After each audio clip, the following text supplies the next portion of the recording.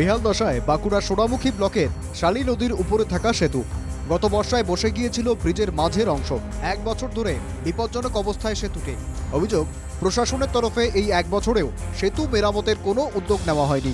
জীবনের ঝুঁকি নিয়েই ভাঙা সেতু দিয়ে কোনো রকমে যাতায়াত করেন আশেপাশে 40টি গ্রামের বাসিন্দা।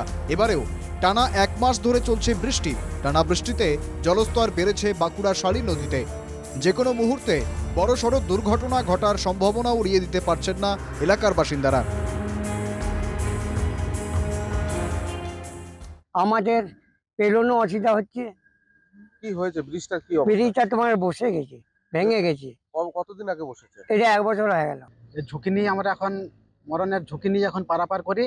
তো এই ব্রিজটা যাতে আবার নতুন করে হয়ে যায় নিয়েছিল, প্রশাসনকে জানিয়েছিল। প্রশাসন এটা নিয়ে কোনো, আমার মনে বলছে এটা নিয়ে কোনো প্রশাসন কোনো উদ্যোগই নেয়নি।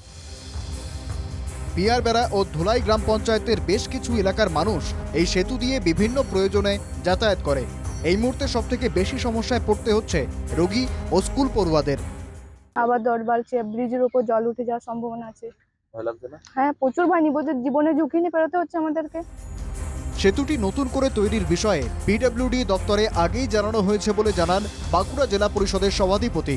সেতুটির উপর দিয়ে যাতায়াত বন্ধ রাখার জন্য নজরদারি করা হচ্ছে বলেও জানান তিনি। শালী নদী ব্রিজটা গত বছর থেকে আমার কাছে খবর আছে যে ব্রিজটা একেবারে অবস্থা খুব খারাপ। সাধারণ মানুষ খুব ঝুঁকি নিয়ে পেরোচ্ছিল। তো এখন যা অবস্থা দেখলাম তাতে তো সত্যি মানুষের পারাপারের খুবই অসুবিধা। আমাদের ডিপিআর করে পাঠানো আছে পিডব্লিউডিতে নজরদারি। ওখানে পঞ্চায়েত সমিতির সভাপতি বা আমাদের মেম্বার রয়েছে, তাদেরকে বলা আছে যে মানুষজন যেন ওটার রাস্তা দিয়ে এখন পারাপারটা না করে, বন্ধ থাকে, সে তাদের সাথে যোগাযোগ করতে রেখেছে। জলস্তর ক্রমশ বাড়তে থাকলে বসে যাওয়া সেতুর মাঝের অংশটি নদীতে তলিয়ে যাওয়ার আশঙ্কা রয়েছে। শীঘ্রই সেতুটি সংস্কারের কাজ শুরু করুক প্রশাসন, দাবি স্থানীয়দের। বাঁকুড়া থেকে মানস রায়ের রিপোর্ট, NK টিভি বাংলা।